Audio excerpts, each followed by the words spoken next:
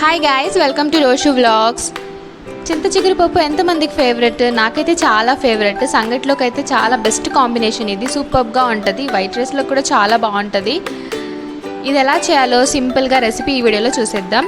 So first చింత చిగురు పప్పు తీసుకోవాలి, తర్వాత కందిపప్పు, ఆ తర్వాత కావాల్సిన వెజిటేబుల్స్ అన్నీ తీసుకోవాలి. ఆనియన్స్, టొమాటోస్, పచ్చిమిర్చి, వెల్లుల్లి ఇవన్నీ వాష్ చేసుకొని కట్ చేసుకొని రెడీగా పెట్టుకోవాలి. ఆ తర్వాత ఒక కుక్కర్ తీసుకొని అందులో మనం కందిపప్పు వేసుకొని అది మంచిగా వాష్ చేసుకున్న తర్వాత ఆ నీళ్ళన్నీ డ్రైన్ చేసుకొని దాంట్లో కొంచెం ఫ్రెష్ వాటర్ యాడ్ చేసుకొని అందులోనే ఆనియన్స్, టొమాటోస్, పచ్చిమిర్చి, వెల్లుల్లిపాయలు ఇవన్నీ అందులో యాడ్ చేసుకోవాలి. అందులోనే కొంచెం టర్మరిక్ యాడ్ చేసుకుంటున్నాము. ఇవన్నీ వేసుకొని ఒకసారి బాగా కలుపుకున్న తర్వాత అందులోనే మన చింత చిగురు పప్పుని వేసుకుంటున్నాము. ఇవన్నీ వేసేసి కుక్కర్ మూత పెట్టేసి 3 విజిల్స్ వచ్చే వరకు మనం దీన్ని బాగా ఉడికించుకోవాలి.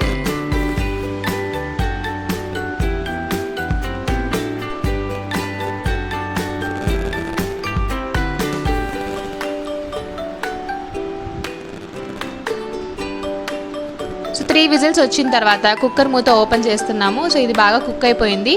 దీన్ని ఇప్పుడు అలాగే కుక్కర్లోనే స్మాష్ చేసుకోవచ్చు, లేదా ఇక్కడైతే నేను ఒక చిన్న కుండ తీసుకొని అందులో స్మాష్ చేసుకుంటున్నాను. ఇలా అయితే నాకు కొంచెం టేస్టీగా అనిపిస్తుంది కాబట్టి ఒక చిన్న కుండలోకి తీసుకొని స్మాష్ చేస్తున్నాను. మీరు కుక్కర్లోనే స్మాష్ చేసుకోవచ్చు.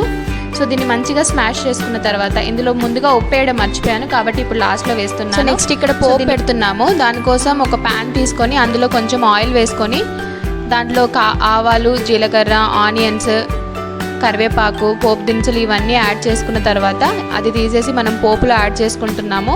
సో పప్పులోకి పోపు యాడ్ చేసిన తర్వాత కొంచెం లిడ్ క్లోజ్ చేయాలి, అప్పుడే ఆ ఫ్లేవర్స్ అన్నీ పప్పులోకి ఉంటాయి. అంతే. ఆ తర్వాత మనం ఎమ్మీగా ఒక ప్లేట్లోకి తీసుకొని ఆ పప్పు వేసుకొని తినడమే. మీకు రెసిపీ నచ్చితే లైక్ చేయండి, ఈ వీడియో షేర్ చేయండి. Bye bye guys.